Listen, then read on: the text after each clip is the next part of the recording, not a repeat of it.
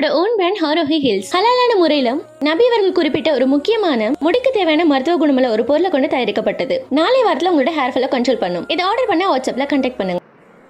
அஸ்ஸலாமு அலைக்கும் ரஹ்மத்துல்லாஹி தஆலா பரகாத்துஹு. Welcome back to my channel Islamic Rohi Syed. So இந்த வீடியோவில் ரம்ஜானுக்கு முன்னாடி வர்ற ப்ரிப்ரேஷனுக்கான வீடியோவும் பார்க்க போகிறோம். இம்மீடியட்டாக இன்ஸ்டண்ட்டாக ஸ்வீட் ரெசிபிஸ் பண்ணணும் அப்படின்னா இதை நீங்கள் பண்ணலாம். அதுக்கு முன்னாடி டிஸ்பிளே ஆகிட்டு இருக்கல இந்த பருப்பு உங்களுக்கு என்னன்னு தெரியுமா? இந்த பருப்போட பேர் சாரப்பருப்பு. நம்ம யூஸ்வலாக யூஸ் பண்ணுற முந்திரி பாதாமை விட ரொம்பவுமே கலோரிஸில் கம்மியானது. முந்திரி பாதாம் சாப்பிட்டா எந்த அளவுக்கு உடலுக்கு நன்மை கொடுக்குமோ அதே அளவுக்கு அதையும் தாண்டி இதில் நன்மைகள் இருக்குது. பட் முந்திரி பாதாம் சாப்பிட்டா வெயிட் போடும். இந்த பருப்புக்கு அப்படியெல்லாம் கிடையாது. அதை விட குறைந்த கலோரிகள் உள்ள பருப்பு தான் இது.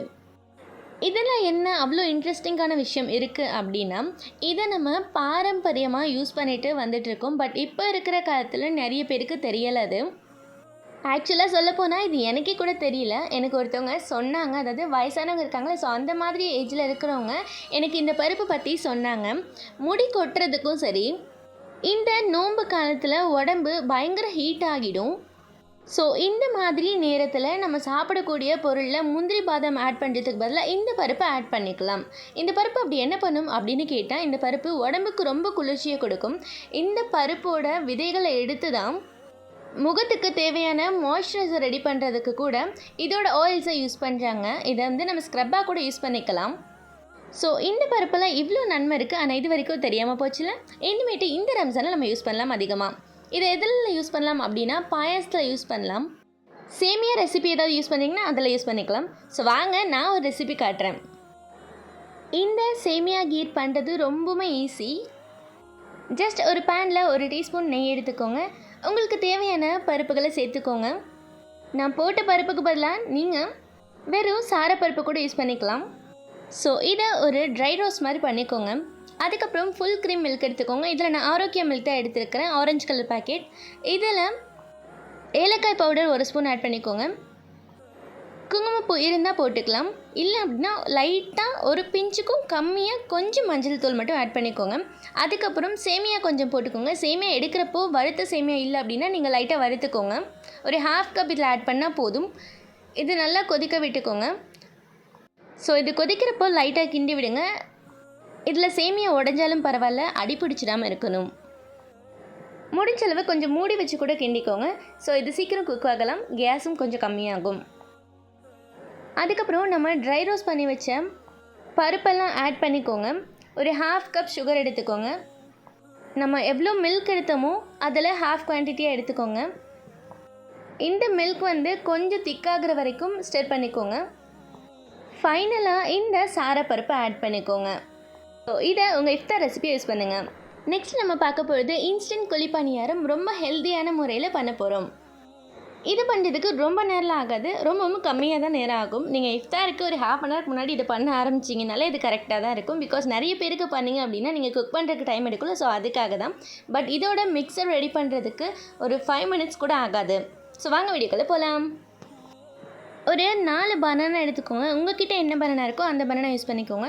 ஸோ இதை சாப் பண்ணிவிட்டு ஒரு மிக்சர் ஜாரில் இந்த பனானாவை ஆட் பண்ணிவிட்டு அதுக்கு மேலேயே 1 கப் கோதுமை, அதுக்கப்புறம் நாட்டு சர்க்கரை, அதுக்கும் மேலே வறுத்த ரவை, ஒரே ஒரு எக்கு, 2 ஏலக்காய், தேவையான அளவு உப்பு, கொஞ்சம் சோடா உப்பு. இந்த சோடா உப்பு எதுக்கு அப்படின்னா மாவு ரொம்ப ஹார்டாகிடக்கூடாது, அதுக்காக. இதுக்கப்புறம் 1 கப் ஃபுல்லாக மில்க் ஆட் பண்ணிக்கோங்க. இதில் ஃபுல் க்ரீம் மில்க் ஆட் பண்ணாலும் ஓகே, இல்லை தின் மில்க் ஆட் பண்ணாலும் ஓகே தான்.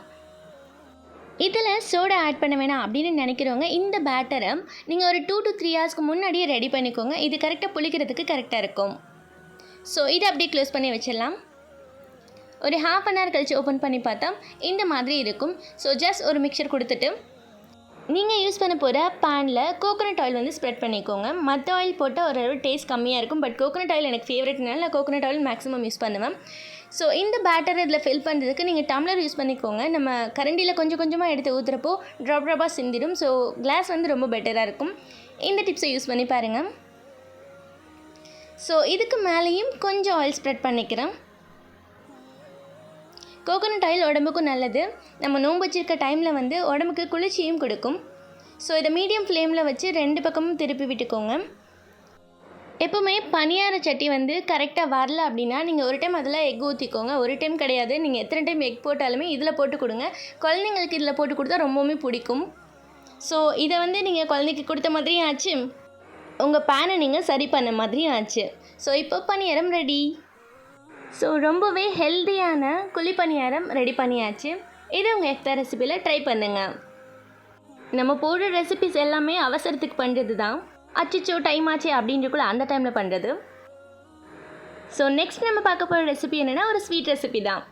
இது நிறைய பேருக்கு ரொம்ப ரொம்ப பிடிக்கும், என்னோடய ஃபேவரெட்டும் கூட. இது ஈஸியாக பண்ணிடலாம். நம்ம கடையில் கொடுத்து வாங்குறத விட இதை மொத்தமாக மேக் பண்ணி வச்சிட்டோம் அப்படின்னா கண்டிப்பாக ஒரு 2 to 3 வீக்ஸ்க்காவது ஸ்டோர் பண்ணி வைக்கலாம் ஃப்ரீசரில்.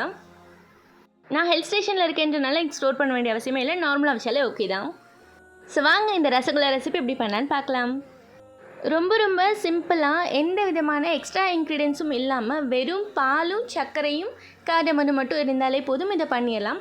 இதுக்கு 1 லிட்டர் பால் எடுத்துக்கிறேன். சேம் அந்த ஆரோக்கியாவில் ஆரஞ்சு கலர் பால் தான் எடுக்கிறேன். நீங்கள் நார்மல் பண்ண பால் கிடச்சா கூட யூஸ் பண்ணிக்கோங்க, ரொம்பவுமே பெட்டர். இதில் ஒரு ½ லெமனை ஸ்குவீஸ் பண்ணி ஊற்றிக்கிறேன். ஸோ இது எதுக்காகனா பால் தெரிஞ்சு போகிறதுக்காக. இந்த மாதிரி வந்த பின்னாடி பாலை இறக்கி வச்சுட்டு ஒரு ஸ்ட்ரைனர் யூஸ் பண்ணி வடிகட்டி எடுத்துக்கோங்க. வடிகட்டின பின்னாடி ஃப்ரிட்ஜில் வச்ச வாட்டரை வந்து இது மேலே ஊற்றிட்டு இந்த மாதிரி ஸ்க்வீஸ் பண்ணிக்கோங்க. ஒரு 15 to 20 மினிட்ஸ் வரைக்கும் அப்படியே வச்சுருங்க. ஸோ இந்த மாதிரி நல்லா உதுத்து விட்டுட்டு கொஞ்சம் நேரம் ஃபேன் காற்றுல வைங்க. ஸோ அது வந்து ட்ரை ஆகிடும். ஸோ அதுக்கப்புறமா நீங்கள் இந்த மாதிரி நல்லா உங்கள் கையை வச்சு கையை வச்சு பிசைய ஓரளவு அதில் உள்ளே இருக்க நேச்சுரல் ஆயில் கண்டென்ட் எல்லாமே வெளியே வர மாதிரி இருக்கும். நம்ம யூஸ் பண்ணுற தட்டில் கூட அந்த எண்ணெய் அதிகமாக தெரிகிற மாதிரி இருக்கும். ஸோ அந்த டைமில் நம்ம இந்த மாதிரி குட்டி குட்டி பால்ஸாக எடுத்து எல்லாத்தையும் தனித்தனியாக ஸ்ப்ரெட் பண்ணி வச்சுக்கோங்க. ஸோ இந்த பால்ஸில் கீரல் இல்லாமல் பார்த்துக்கோங்க. தென் நெக்ஸ்ட் ஒரு பேனில் சுகர் எடுத்துக்கிறேன், மெஷர்மெண்ட் பார்த்துக்கோங்க. ஸோ இந்த சுகர் சிரப் வந்து நல்லா கொதிக்கிற நேரத்தில், அதாவது கொதிக்கிற நேரத்துக்கிட்ட வரும்போது இந்த பால்ஸை வந்து நம்ம ஆட் பண்ணணும். இதில் நம்ம யூஸ் பண்ணுறது வெறும் 3 இன்க்ரீடியன்ட் தான். பால், இது தரைய வைக்க லெமன், சுகர். ஸோ இந்த மெயின் இன்க்ரீடியன்ட் மட்டும் இருந்தாலே போதும். கார்டமன் எல்லா வீட்லையுமே இருக்கும். ஸோ இதுக்கு தனியாக பை பண்ண வேண்டிய அவசியம் இல்லை. ஸோ இதை லோ ஃப்ளேம்லேயே கொஞ்சம் குக் பண்ணிக்கோங்க. ஓப்பன் பண்ணி பார்த்து மறுபடியும் திருப்பி போட்டிங்கன்னா அது உடஞ்சி போயிடும். ஸோ அதனால் கொஞ்சம் நேரம் விட்டுருங்க. அது நல்லா கொதித்த பின்னாடி அதுவே சீக்கிரம் பாயில் ஆகிடும். ஸோ திருப்பி பார்த்து உடச்சிடாதீங்க. ஸோ இவ்வளோ தான் ஈஸியான ரசகுல்லா ரெசிபி பார்த்தாச்சு. இந்த எல்லா ரெசிபீஸையும் ஒவ்வொரு நாளைக்கு ஒன்றா பண்ணி நம்ம இஃப்தாரை இன்னும் கொஞ்சம் ஸ்பெஷல் ஆக்கிடுங்க. எல்லாருக்கும் அட்வான்ஸ் ஈத் முபாரக். அஸ்ஸலாமு அலைக்கும் ரஹ்மத்துல்லாஹி தஆலா பரகாத்துஹு.